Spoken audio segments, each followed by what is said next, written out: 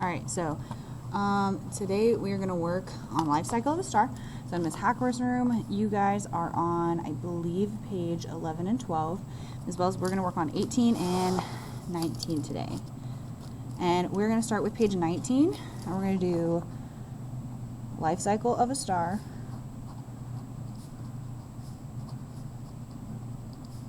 Drawing.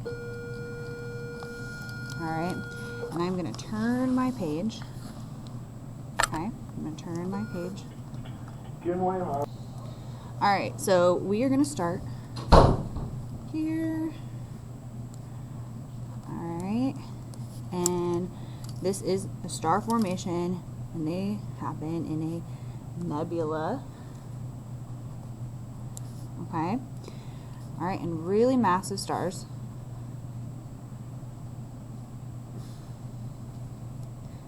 And sometimes less massive stars. Okay, turn into main sequence stars. All right, and then we have another.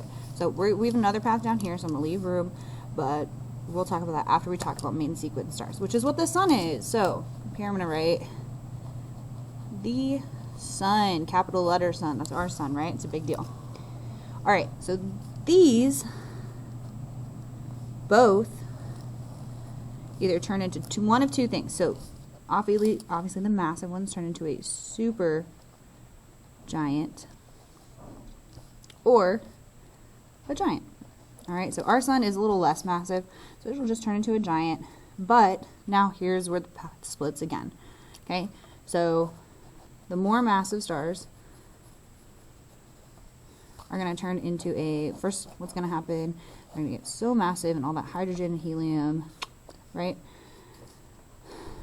explode after the nuclear fusion, and it turns into a supernova. Alright, after that, there are two categories.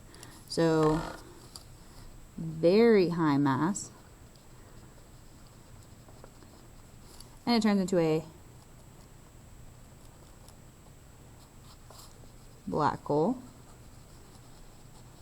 or it is just a regular high mass and it turns into a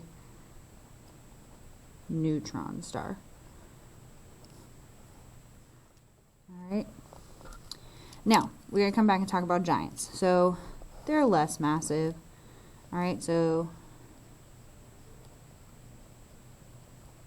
I know you were hoping that the sun would be a supernova because it'd be really cool, but our sun is just going to be a regular giant. It's a little less massive, and so it's going to turn into a white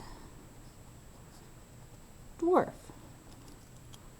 Alright, then it turns into a black dwarf, which is just a dead star. Alright, and so I told you I got one more timeline to show you. Alright, so we're going to go back here. So sometimes, alright, so low mass stars, alright, turn into a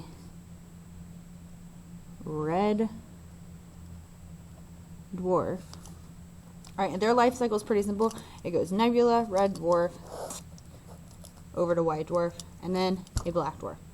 Alright, so lastly, if your drawing is absolutely, you know, just not 100% a piece of artwork, which I know, like mine is not, okay, but it's clear and I can read it. So if you're having trouble with that, what you're going to do is glue this to the bottom, okay?